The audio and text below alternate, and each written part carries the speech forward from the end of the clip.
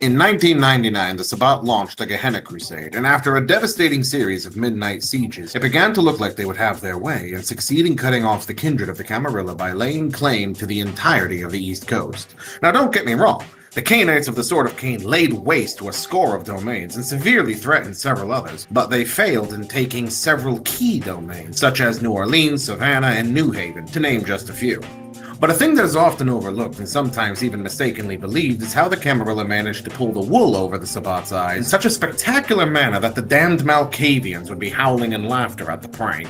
Thus do we come to the strange case of Charlotte, North Carolina, where Archons Hamilton Cross and Tamara Naib are credited with helping prevent the fall of Charlotte during the recent Sabbat offensive, and they did it by making the Sabbat think they'd already won.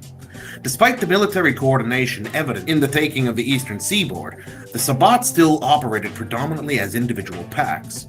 When Charlotte was threatened by the outer edge of the Sabbat advance, Cross and Naib gambled that the packs were not in constant communication with their superiors. Mere nights before the Sabbat would have swarmed over Charlotte, the two Archons, working with a reluctant prince, firebombed several buildings, including a large wing of the Museum of Art, arranged via the sheriff's contacts for the local gangs to go to war with one another, and even dug up a dozen graves in cemeteries near the edge of town. The first Sabbat packs to arrive saw the state of the city and the evidence of war, assumed another pack had reached the city first, and decided to move on. By the time the Sabbat command heard of what had happened and realized the mistake, the offensive had slowed, and Charlotte had been reinforced sufficiently that taking the city wouldn't have been worth the effort. While the Sabbat know they were hoodwinked somewhere along the line, they may not have pieced together exactly what happened.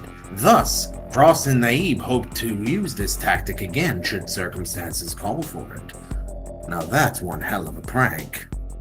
Malkavians, what do you think?